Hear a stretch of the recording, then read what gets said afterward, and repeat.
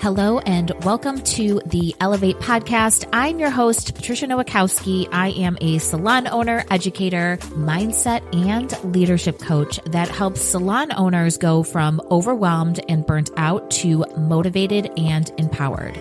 It is my mission to help you systemize your business, generate more profit, and create a career that you are absolutely in love with. Join us every week to learn about the small shifts you can make to elevate your business regarding mindset, marketing, social media, business systems, and so much more. Welcome to this week's episode of the Elevate podcast. We're going to be deep diving into the Disney experience and Walt Disney World. I just went there on a vacation with my family, and on the business side, I've become a little bit obsessive with just the whole Disney company. I'm really diving deep into companies this year that have an insane amount of growth and success, and I'm kind of just taking away the things that I think are some of the characteristics that contribute to their success.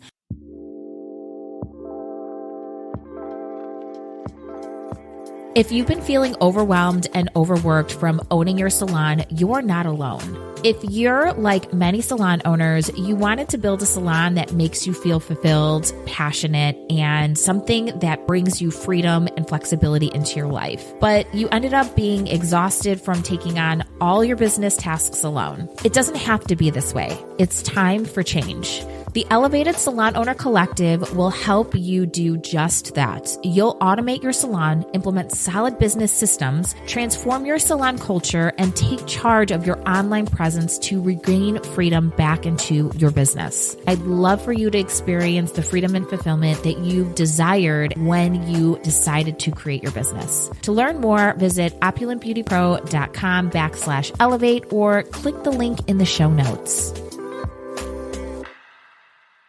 So this year we went on our very first family vacation to Walt Disney World with my beautiful family, and my daughter is now 3 going on 4 years old next month.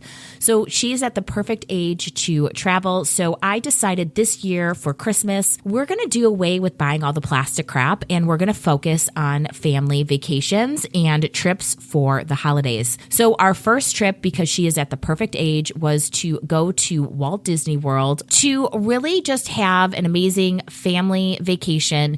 And I have to say, when I was there, I was really paying attention to all of the things, and I was taken aback by just the experience that they create for families and inside of their company. So I first want to start off with some Disney statistics and talk about, if you really break it down, the amount of success this company has is just astronomical. And to, obviously, I mean, it's Disney, right? But to really kind of put that in perspective, things don't really happen by accident. All of the things that Disney does is very strategic. They have very high standards. They have really defined systems in place. And some of the things that I've deep diving into lately, and I'll share those things with you today so you can kind of start to absorb the information. So some of the things that I've been consuming and really diving into is becoming a world-class organization. This is a podcast. You can find it on all of the podcast subscription websites. I listen to this on Apple Podcasts. I've also downloaded a couple audiobooks, A Ride of a Lifetime by Robert Iger. And I also signed up for the Cockerell Academy, and that is an online digital course that was made by the CEO of Disney. And he just goes over all of the success and touch points that he utilized to really run the company. So let's dive into some statistics that I found fascinating with the Disney company. So 2022 Disney statistics, Disney's global revenue in 2021 amounted to $67.4 billion.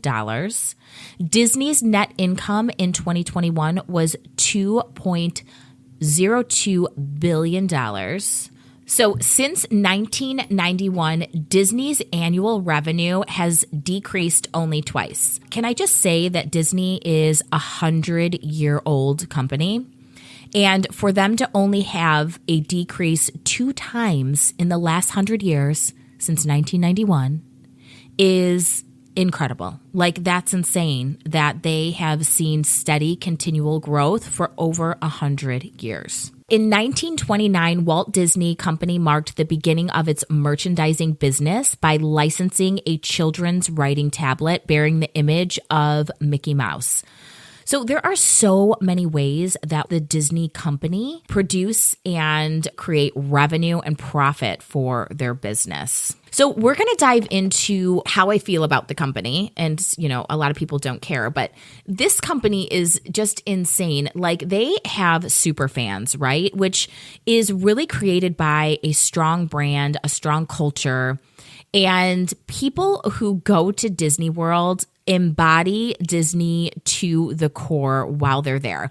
I am not even kidding. Like, there is so much merchandise that is purchased inside of the park that people buy and spend hundreds of dollars on just to wear during their trip at Walt Disney World, right? Like ears, there's light up necklaces, there's shirts, there are helmets from Star Wars. There are so many things that in Walt Disney World, everyone is so proud to wear that no one would be caught dead wearing in public ever, which just solidifies that they are doing things right when it comes to really creating a very solid brand and superfans. On my trip, I literally was taking notes the entire time, and I have a note that I pulled up on my phone. So I'm going to go over all of the things that I was really wowed about and things that I feel attribute to their success. Obviously, my opinion does not matter. I mean, this is like a $1 billion company, but from a consumer standpoint and from a business owner standpoint, these are the things that really stood out to me that Disney is doing right. So first, I want to talk about the convenience of it all. Every single little detail for the Disney experience is so well thought out, from the booking experience all the way to the experience inside of the park. So a couple things. Me booking my trip, it was so easy. You simply just download an app. There is a chat. There is somebody that you can always call with questions, and you can make all of your reservations in advance, your, dining reservations, meal plans, your hotel reservations, everything that you need and everything that you can think of is inside of their digital app. So not only is the app convenient for booking, even before I arrived to my hotel, I was able to check in on my phone, and I didn't even need to go and talk to the front desk. I checked in on my phone. My phone automatically acted as my hotel key, including my smart band, which allowed me to access my room immediately when arriving. Not only did it allow me to immediately access my room, which was supposed to be ready by 3, but I ended up getting early access, which is so convenient. And all of you parents out there know that late check-in is sometimes a hassle when you are traveling and you are traveling with small children. But my phone continually updated me on the status of my room the entire way to Walt Disney World. So I was on the airplane. I was allowed to check in. I forgot how many hours early, maybe that day of, maybe it was like 5 hours. I can't remember, but it was giving me updates. Your room's not ready yet. Your room's not ready yet. And then finally I got the update that your room was ready. And it was just so incredibly easy. Not only is the app easy, but they make paying for things super, super, super convenient. So my band had the ability to purchase things every single where I went. All of the shops, the restaurants, all I had to do was scan my band And it really just was automatically charging my card, which is probably great for Disney's bottom line, because when you make things easy to purchase, people are more likely to buy things from you, correct?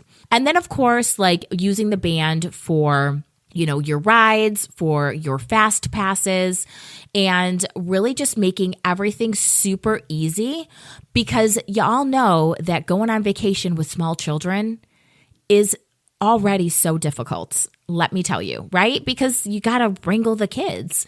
So they really do make everything so easy. It really was a seamless, just simple experience and very convenient.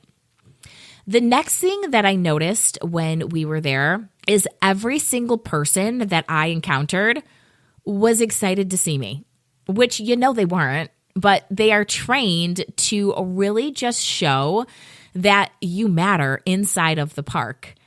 I got greeted with smiles and, conversation and excitement, like body language excitement, facial expression excitement by the people that I ran into that were cast members inside of my hotel and inside of the park. Not only are they excited to see you, but they make you feel special. My daughter is the cutest thing I have ever experienced. I am so lucky and just so excited that I have such a girly girl. She loves all things beautiful. She loves all things sparkly. She loves dresses. So for this trip, we had a princess dress, also purchased through Disney, which the quality of their dresses, by the way, is something else that I will touch base on that I purchased from Target from their Disney section. But she had a Disney dress picked out for every single day we went to the park. One day she had a Belle dress. One day she was Cinderella. She had an Anna dress. Every single person who was a cast member that encountered my daughter, no matter where we were, what hotel we were at, what restaurant we were at, or inside of the grounds, no matter what park we went to, every single person that interacted with my daughter addressed her as princess. Oh, we're so glad you're here, Princess, Anna, or we're so glad you're here, Princess Cinderella. Let me tell you that the way that made my daughter feel and how she lit up every single time somebody called her princess was worth the money that we spent on the trip. And I can honestly tell you, not one person, there was not one person that did not call her princess. Every single person, from the people who were running the Skyliner, which is their gondola that takes you from park to park, the bus drivers, the cast members inside the parks, the people at the hotel, every single person addressed her as princess, which totally made the trip worthwhile. Another thing that I want to say is that Disney really thought out all of the problems that would keep people from visiting the park. So one of the problems that I saw that they eliminated that may make people hesitant to visit the park with children at a certain age is they do something called a rider swap. Now, a lot of their rides, especially in Hollywood Studios, the height requirement is 40 inches, which my daughter was 39 inches. Not great for her because she was so sad that she didn't get to go on some of the rides. We did make it up to her in other ways, don't worry. But I could see that if you had a child who was not at the height requirements, and if you were a parent who wanted to enjoy Disney yourself, because just the rides alone are like top notch, they do not cut on any part of what they create inside of the park. You as the parent are also excited to experience the things inside of the park, which again is something that they do right. But one of the things that I experienced, and the problem that Disney has solved, which this is just one of many, is that they do something called rider swap, where if you have two kids and you have a child that is under the height of being able to go on the rides, they allow you to cut the line and go on the ride with your child again. So that way you can experience the ride as well. And your child gets to go on again if you have two. But that way one parent can always stay with the child who is not the required height. So that was really nice because I could see that a lot of parents wouldn't want to go until their child met the height requirements because they wouldn't get to experience, and one parent would have to be left out of part of the experience when it came to going on the amazing rides that they have. Another thing that I thought, and I think this is super, super important, and this is for every single business, especially salon owners, they knew what to do when shit hits the fan. Immediately, without a pause, without any confusion, when something didn't go right, the cast members immediately took action. So where I experienced this was when we went there, unfortunately, there were, I think, maybe some electrical issues, or there were a few rides that just were having some technical difficulties. I am sure this is very common. My daughter and I were on a ride. We were on the Alien Saucers. And if you've ever been to Disney, there are two parts to this ride. Well, I should say there are two sections. So it's the same ride on each side, but there is double. Okay. So the ride starts and something goes wrong. We were on it for 2 seconds. They had to shut it down. Of course, my daughter, she's so excited to go on the ride. We waited in line for God knows how long. They immediately stopped the ride, the side that we were on, because the other section of the ride was still functioning. They took us off. They immediately put us in line for the other side so we could go next. Without even blinking an eye, without looking confused, without having to ask anyone what they should do, they immediately took action and solved the problem on their own. Now, mind you, I'm sure there's managers around. There are people in charge for each ride because there's safety things, I'm sure that they have in place. But the cast members knew exactly what to do when something didn't go the way it was supposed to for the guest experience. And I think this is where a lot of salon owners fall short, is things go wrong in our business all the time. It's having that plan of action in place and those operation policies and systems in place so that immediately when something goes wrong or shit hits the fan, you immediately take action without blinking an eye and you just move on to solving the problem. So that was one thing that I saw and I was like, damn, that was like smooth, like no tears from the kids. Most of the kids are like, oh, I get to go on again. It just really was such a seamless experience. And me as a parent obviously knew what went wrong, but it didn't even faze my daughter because we got to go on again, even though the first ride was only like, I don't know, maybe 30 seconds. They also don't miss a beat with efficiency. As you can imagine, there are like hundreds of thousands of people that go to Disney every day, which is a whole other conversation in itself to attract that type of crowd on a regular basis continually for 100 years is something, again, that is well strategized. But the efficiency that they have in place to really make sure that there's no confusion on what you need to do was astonishing to me.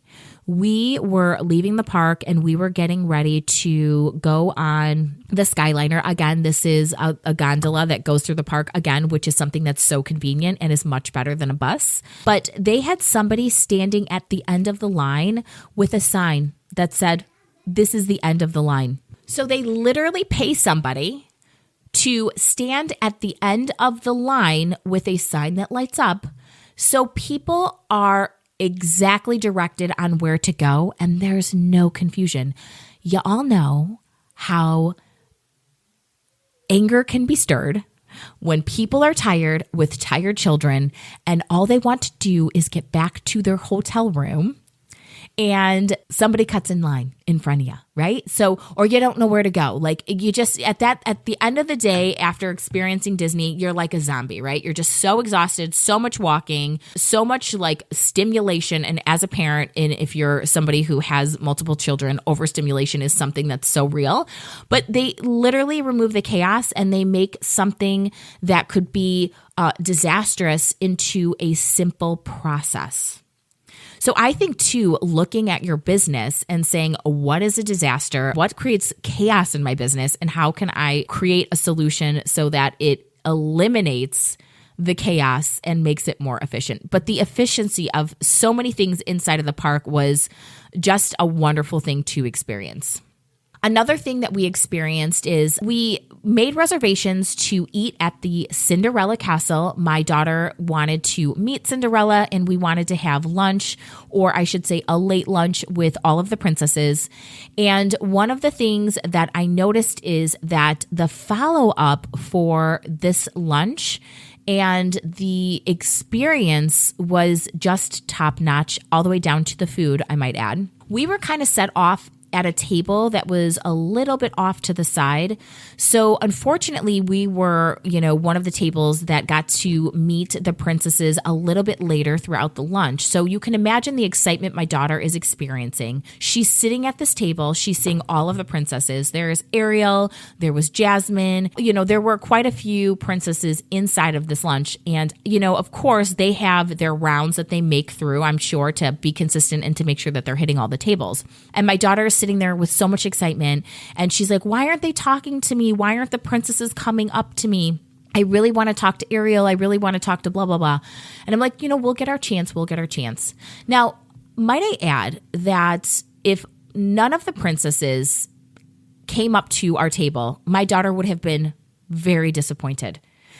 My daughter would have been very disappointed if she didn't get to meet all of the princesses inside of that room, because she is just in love with the Disney princesses. So we eventually got to meet all of the princesses. I got to take all of the pictures. She was just so taken aback and just in awe of the entire experience in itself, to really meet these people that she idolizes from, the shows that she watches. She really truly believes that they're real. And it's just the cutest thing ever. I would say like 15 minutes coming to the end of our meal, there was a manager that came up to our table and personally asked us and was like, how was your experience? How was your food today? Which the food was phenomenal, by the way, which is another thing that they do right, because, parents want a great meal, especially when you're spending the amount of money that you spend to eat at the Cinderella Castle. The food was phenomenal. The kids' food was great.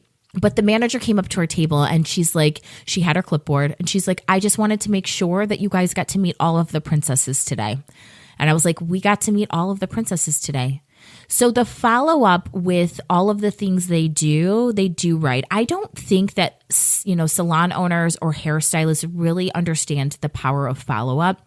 They could have not followed up with our table, and my daughter could have not experienced meeting the princesses at the Cinderella Castle, and my daughter would have been heartbroken. And they really prevent that from happening by making sure the manager follows up with every person that is sitting inside of that restaurant. So follow-up is key. They made sure that she got to meet the princesses. They checked on us about the food. Our waiter was great. And the overall experience was top-notch. Another thing that I really liked about the lunch, which I was kind of hesitant to, like when you make the reservation through the app, you have to prepay. And of course, you see that dollar amount. I'm not going to lie; it was close to $400 for a meal at the Disney Castle, which is a lot, by the way, which goes into premium pricing. They can charge premium pricing because the value and the experience meets the price point. So prepaying for this meal, which I'm assuming as, a parent from other experiences with other children-focused businesses, that the food was probably going to be shitty, right? Because most of the time it's not great. If you think about all of the other places you've been to that are child-focused, like pizza, food that's just not great. It really met all of our expectations. Prepaying was actually really convenient. I didn't have to worry about the bill.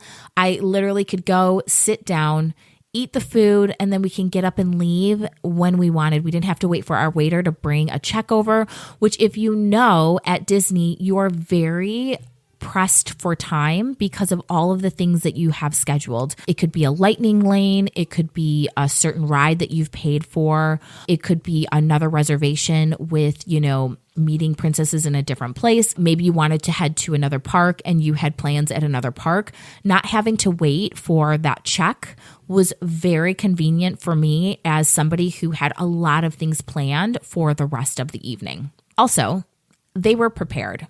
I have to say the time of year that we went was the best time of year. I strategically picked last week because I knew it was the week that kids were going back to school after the holiday. So I knew that a lot of parents wouldn't be taking an extra week to go on vacation with their children. Most of the time they will go on vacation during vacation time. So if you are wanting to go to Disney, the week after New Year's is the best week to go because a lot of people do not go to Disney World at this time. So not only was it a great week to go because kids were back in school, it also ended up being a really great week because the weather wasn't great. It was cold. It was, anywhere between the 40s and 60s. And it was rainy, which Florida rain isn't terrible. But I have to say that because the weather was bad, our wait time for rides was really minimal. But anyways, going back to why it's important that I'm even talking about this, they were prepared. It was drizzling, there was a downpour, and they had things out and ready for the weather. They had umbrellas, they had ponchos, they had Crocs, they had all the things that people would need to stay in the park to continue to enjoy their experience so people wouldn't leave. So when the weather goes, people go back to spending money. So they were prepared. Not only does it keep people in the park, but how convenient is it? Like a lot of times you don't know what the weather's going to be like, or you don't really check the weather. For us, we did. We purchased some things and we just, brought them with us. We had our own ponchos. Kudos to my husband for that, for checking the weather. But they were prepared and they had things that we needed in order to stay comfortable inside of the experience.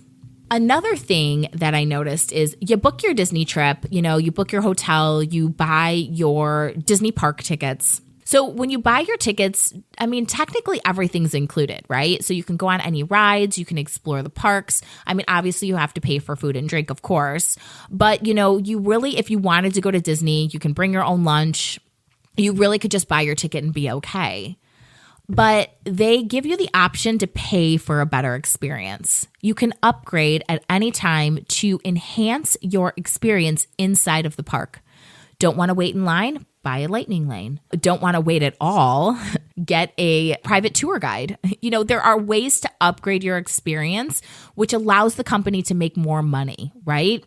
Yes, they have water fountains for you to fill up your own water bottles, but you can also buy premium water at any time. So they have things that really suit everyone's needs, but they really do accommodate the people who really want to elevate their experience. So they really make it convenient. This was one of the reasons why I decided to adjust our service menu. They really make it convenient for all people in all areas and who have different price ranges that they're willing to spend at the park to really enjoy their experience. The experience is great for everybody. But if you are that person who wants to take the time and the money to enhance your experience, they make that very, very possible. And the last thing that I love is, one, we know that Disney gets so much money from licensing deals, right? Through licensing their characters, licensing their name, licensing their likeness. But the one thing that I loved about Disney is they have exclusive things that you can only get at Disney. So there are different food items, there are different treats, there are, so many things that are only available to you inside of the park, which gives excitement to the people who like to go to Disney on a regular basis. And they immediately go to the things that they can only enjoy there. So it solidifies spending on the enhancements or the different items that you can only get inside of the park. So those were the big takeaways that I got. Now, my last takeaway is something through doing this training that I purchased from Disney, really just diving into the podcast and, diving into the book that I am listening to on Audible. Disney does not skip or cut on anything. The ride experiences, each ride has to be millions of dollars. The Avatar ride was crazy. The Star Wars ride was insane. The amount of money that is spent, and not only spent on creating the experiences, but the money spent to maintain and enhance the experiences is always top notch. And their training is insane. They do not cut, and they invest in the people that they hire. Now, I got suckered into spending $30 on a balloon. Well, 2 balloons actually for both of my children. Yeah, it was crazy. One lit up, which was kind of cool. But the girls that were holding this massive bundle of balloons, it looked like the house from Up. I'll just say that. The seamlessness of them grabbing the balloon, attaching the weight, handing it to my children, they just made it look so easy.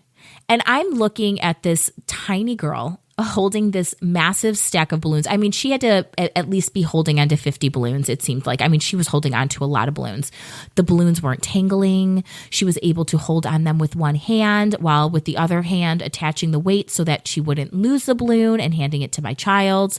And I was just curious, and I asked her, I said, can I ask you a question? And she's like, sure. I'm like, how many days of training did you have to go through in order to be able to have this job of being the person who sells the balloons? And she's like, well, for me, I was in 3 full days of training. And for most people, it's 5 days. And I was like, impressive. 5 days in order to sell balloons inside of the park, 5 days of training, full day training.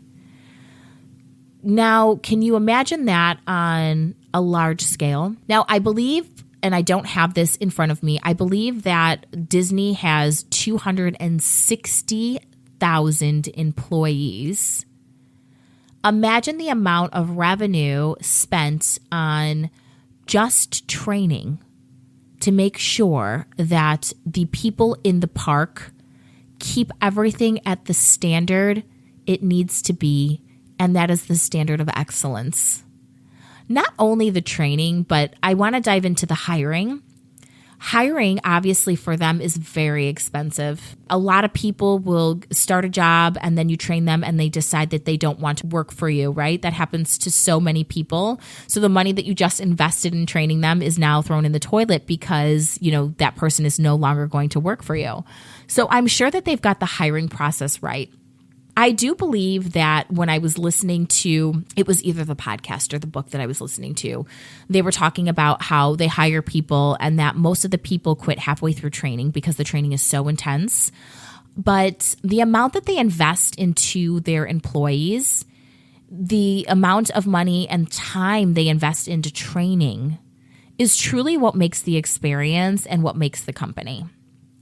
Because they don't settle. They don't half-ass. And if you can't do the job, you don't get to do the job. If you don't understand the training, you got to take 2 more days of training, right? Like they just don't push people through. And I think, I have even been guilty of this inside of my business. You just want to push people through because you just want to start making money.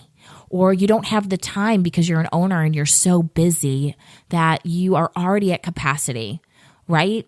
So, Disney knows that their whole company is based on the people that work for them. And they're the ones who actually create this experience. It's not the CFOs. It's not it is the managers. But it's not those people. It's the people inside of the park that are doing the day-to-day that create the magic for the people that are coming to visit the park. So those are the, takeaways that I had while visiting Disney World. I'm sure we'll go again. I'm sure I will make another podcast on other things that I found. But I just wanted to share those things to kind of get your mind moving And so you can start really thinking about how you can start refining and understand that the client experience matters. The way clients experience our business more than ever today matters. So where can you find holes and gaps? Where can you solve the problems clients are experiencing? How can you make it more efficient? How can you make things easier? What can you get rid of that is unnecessary that clients need to do in order to experience your business? How can you simplify and really give 110% every time somebody walks in your door? It's as simple as being excited to see them, right? Like that was a big impact that I had. That could be for your entire team. Your entire team focuses on being excited to see all the clients inside of your business. So I hope today's episode was beneficial. If you loved this episode, please subscribe and leave us a review. Share this podcast with a business like-minded friend that may also experience some growth and change or may benefit them with their personal business. And be sure to follow us over on Instagram and to check out our website. That is www.opulentbeautypro.com. If you head on over to our website, we do have a lot of fun freebies that can help benefit your business. All you have to do is drop your email in and it will automatically be delivered to your inbox. And be sure to stay tuned and get ready for next week's episode.